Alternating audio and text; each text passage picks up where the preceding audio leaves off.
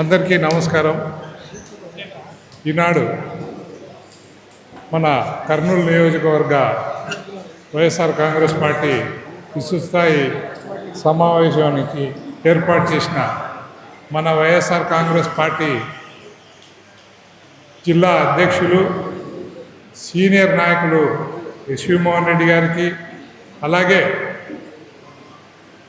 మన వైఎస్ఆర్ కాంగ్రెస్ పార్టీ ఆర్గనైజేషన్లో వివిధ స్థాయిలలో ఉన్న పెద్దలందరికీ, అలాగే మన వైఎస్ఆర్ కాంగ్రెస్ పార్టీ కార్యవర్గానికి నా నమస్కారాలు తెలియజేసుకుంటా ఉన్నాను.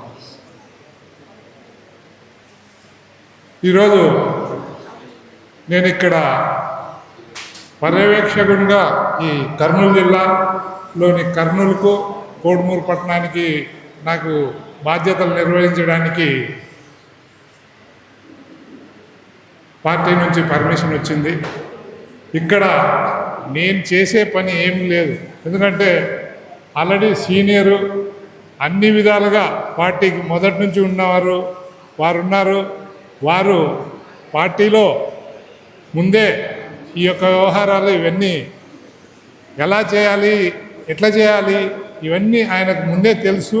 ఆ రకంగానే మీరందరూ వెళ్తూ ఉంటారు. కానీ అయినా పార్టీ యొక్క ఆదేశాల మేరకు మేము ఉన్నాం కాబట్టి మీ దృష్టిలో కూడా ఎలా ఉంది ఏంటి కొన్ని విషయాలు మీతో పంచుకుందామని చెప్పేసి నేను మీ దృష్టికి తీసుకురావడం జరుగుతా ఉంది. పార్టీ పుట్టినప్పటి నుంచి ఇంతవరకు కానీ పార్టీ ఆర్గనైజేషన్గా ఈ విధంగా ఉండాలని ఫార్మేషన్ ఇంతవరకు జరగలేదు. ముందు మీ అందరూ గమనించాల్సిన విషయం. ఈరోజు ఈ యొక్క పార్టీ ఈ విధంగానే ఉండాలి, ఇలా ఉండాలి అని ఎవరు నిర్దేశించినారని మీరందరూ ఆలోచన చేస్తూ ఉన్నారో ఒకసారి చెప్పండి. నేను మీ అందరికీ దృష్టికి తీసుకురావాల్సింది ఏమనుకుంటానంటే, ఇది జగన్మోహన్ రెడ్డి గారి మదిలో నుంచి వచ్చిన ఆలోచన. ఎందుకంటే నా పార్టీ, నేను నా అభిమానులకు కానీ నా కార్యకర్తలకు కానీ నేను అందుబాటులో ఉండాలి అని అంటే నేను ఈ రకంగా పార్టీని ఈ రకంగా బిల్డప్ చేసుకోవాలి. అంటే స్టేట్ లెవెల్లో ఏవైతే అనుబంధ విభాగాలు అయితేనేమి, పార్టీ సెక్రటరీస్ అయితేనేమి, పార్టీ అధ్యక్షుల వారి నుంచి కింద స్ట్రక్చర్ ఎలా ఉండాలనేది ఆయన ఈ విధంగా ఫార్మేషన్ చేసుకోవాలని చెప్పేసి ఒక నిర్ణయానికి వచ్చి దాన్ని మన మీద ఈరోజు చేసుకోవడం జరుగుతూ ఉంది. ఈ యొక్క పార్టీ ఈరోజు జిల్లా స్థాయిలో ఉంటూ జిల్లా స్థాయి నుంచి నియోజకవర్గ స్థాయి నుంచి అట్లా రూరల్ కాన్స్టిట్యున్సీలు అయితే మండల్ అవుతుంది, మండల్ నుంచి గ్రామ స్థాయికి పోతుంది. అలాగే ఇక్కడ జిల్లా స్థాయి మున్సిపాలిటీస్ ఉన్నాయి కాబట్టి, ఇక్కడ కార్పొరేషన్స్ ఉంటాయి కాబట్టి కార్పొరేటర్సు, తర్వాత వార్డుల తర్వాత బూత్ లెవెల్ కమిటీసు ఇటువంటివన్నీ ఏర్పడతారు. ఇవన్నీ ఏర్పరచుకోవడానికి కారణం ఏంటంటే కింది స్థాయి వరకు తన పార్టీ ఆర్గనైజేషన్ కింది స్థాయి వరకు ఉండాలి. కింది స్థాయి మాట డైరెక్ట్గా అధ్యక్షుల వారికి తెలిసే విధంగా ఆర్గనైజేషన్ ఏర్పాటు చేసుకోవడం కోసమే ఇవన్నీ ఏర్పాటు చేస్తాము.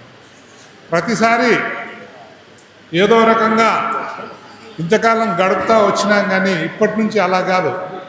దేశంలోనే ఒక ప్రతిష్టాత్మకంగా ఈ రకంగా ఈ యొక్క వ్యవహారము తీసుకెళ్ళడానికి కారణం కూడా ఏంటంటే, గతంలో చాలామంది తెలిసే ఉంటుంది, సభ్యత్వ నమోదని తీసుకుంటారు, దాని నుంచి అధ్యక్షులను తీసుకుంటారు, దాని నుంచి ఇట్లా ఫార్మ్ అయ్యేది. అది కాదు ఇప్పుడు జరుగుతూ ఉన్నది. పక్కనుండే తమిళనాడు రాష్ట్రం అయితేనేమి, కేరళ రాష్ట్రాలు అయితేనేమి, ఇప్పుడు జగన్మోహన్ రెడ్డి గారు ఆలోచన చేస్తున్నట్టు ఆయన తన పార్టీ యొక్క స్ట్రక్చర్ను నిర్మించుకోవడం జరుగుతూ ఉంది.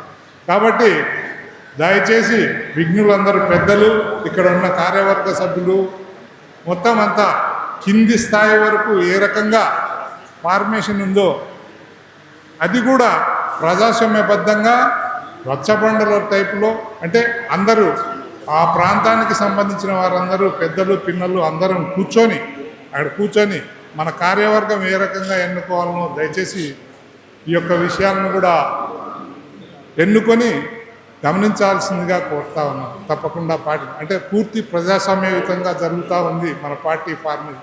అంటే రేపొద్దున మనకు ముందే ఏమి చేయకపోయినా మనం నిజంగా నిజాయితీతో బతుకుతూ ఉన్నా కానీ మన మీద బండలేసే వాళ్ళు చాలామంది ఉన్నారు.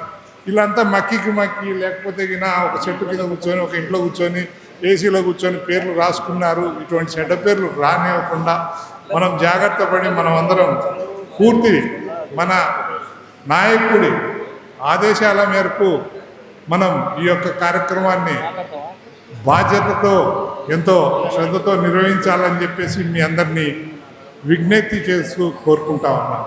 అలాగే మనకు ఎంతో ప్రతిష్టాత్మకంగా జగన్మోహన్ రెడ్డి గారు నిజంగా చెప్పాలంటే మన రాష్ట్రంలో గత 75 సంవత్సరాల స్వాతంత్ర భారతదేశంలో ఎన్నడూ జరగని విధంగా ఎప్పుడు చేయని విధంగా ఏ నాయకుడు ఏ రాష్ట్రంలో జరగని విధంగా ఎన్నో సంస్కరణలు తీసుకొచ్చి ప్రజల వద్దకు ప్రభుత్వం ఏ రకంగా పని చేస్తే ఏ రకంగా ఉంటుందో అని చెప్పేసి నిరూపించినాడు. అందులో చాలా భాగం మీ అందరికీ తెలుసు. మన యొక్క జగన్మోహన్ రెడ్డి గారి యొక్క ఉద్దేశం అయితేనేమి మన పార్టీ ఉద్దేశం అయితేనేమి పేదలకు ఉచిత విద్య వైద్యము ఇలాంటివన్నీ బాగా అందజేసి తద్వారా పేదరికాన్ని నిర్మించాలనేది వాళ్ళ ఉద్దేశం. ఈరోజు మీ అందరికీ తెలుసు రాష్ట్రంలోనే ఎన్నడూ ఎక్కడా జరగని విధంగా 17 మెడికల్ కాలేజీలను గవర్నమెంట్తో పరంగా నిర్వహించేటట్టు తీసుకువస్తే ఇంతవరకు 5, 6 మనం కంప్లీట్ చేయగలిగినాం. మిగతా 10, 12 మన దగ్గర ఇంకా ఉంటే ఈరోజు వచ్చిన గవర్నమెంట్ ఏదైతే ఉందో ఈ యొక్క ప్రభుత్వము వాటిని నిర్వహించలేమని చెప్పేసి వాటిని ప్రైవేట్ పరం పీపీపీ విధానంలో పబ్లిక్ ప్రైవేట్ భాగస్వామ్య విధానం అని చెప్తూ వాటిని ప్రైవేట్ పరం చేయాలని చెప్పేసి తీసుకుంటూ ఉన్నారు. దీన్ని అంత కష్టపడి మనం తీసుకొచ్చిన ఈ యొక్క విధానాన్ని మన వైఎస్ఆర్సీపీ అయితేనేమి మన నాయకుడు జగన్మోహన్ రెడ్డి గారు అయితేనేమి వ్యతిరేకిస్తూ ఉన్నాం.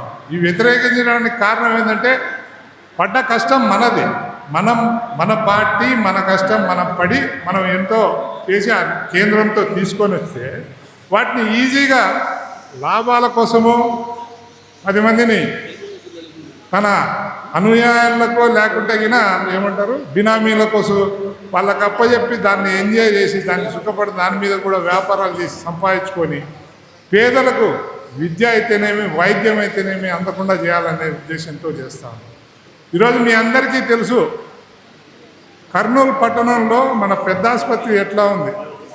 గత 20 సంవత్సరాల కిందట 15 సంవత్సరాల కిందట చూస్తే మన కర్నూలు పెద్ద ఆసుపత్రి ఒక 2-3 జిల్లాలకు పెద్ద ఆధారంగా ఉండేది.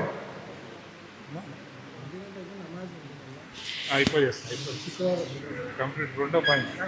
కాబట్టి ఈ సబ్జెక్టులన్నీ మీ అందరికీ తెలుసు. కాకపోతే ఏంటంటే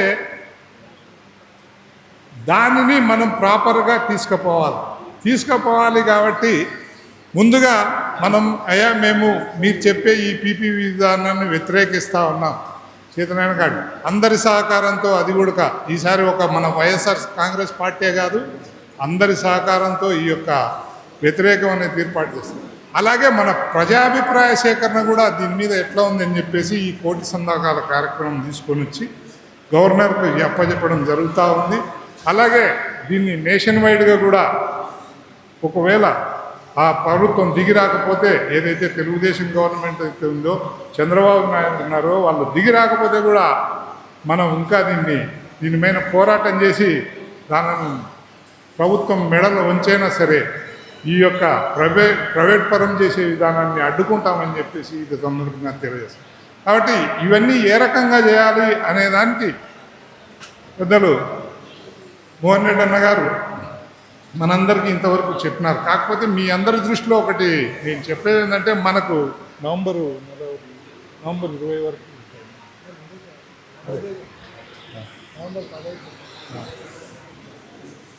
ఇవన్నీ పూర్తి చేసుకోవడానికి ఈ 2 కార్యక్రమం పార్టీ వ్యవస్థాగతంగా అంటే